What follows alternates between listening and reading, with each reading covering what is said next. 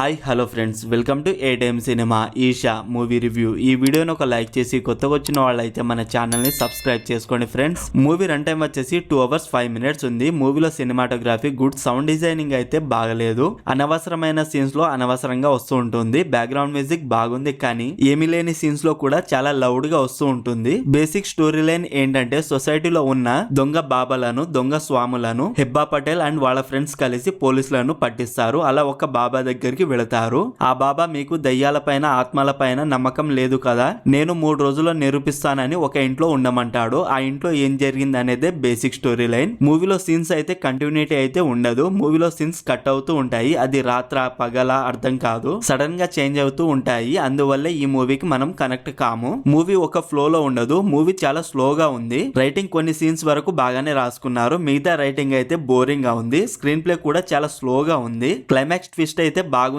కానీ అది వర్క్ అవ్వలేదు. అండ్ ఎమోషనల్ సీన్స్ కూడా వర్క్ అవ్వలేదు. అందరి యాక్టింగ్ ఓకేగా ఉంది. మూవీ స్టార్టింగ్ కూడా తర్వాత స్లోగా ఉంది. ఇంటర్వెల్ అంతగా ఏం అనిపించలేదు. సెకండ్ హాఫ్ కూడా లాగ్ గా అనిపించింది.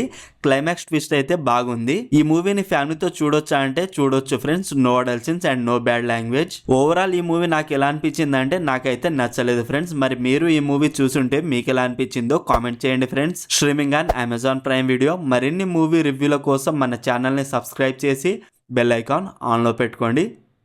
Thank you.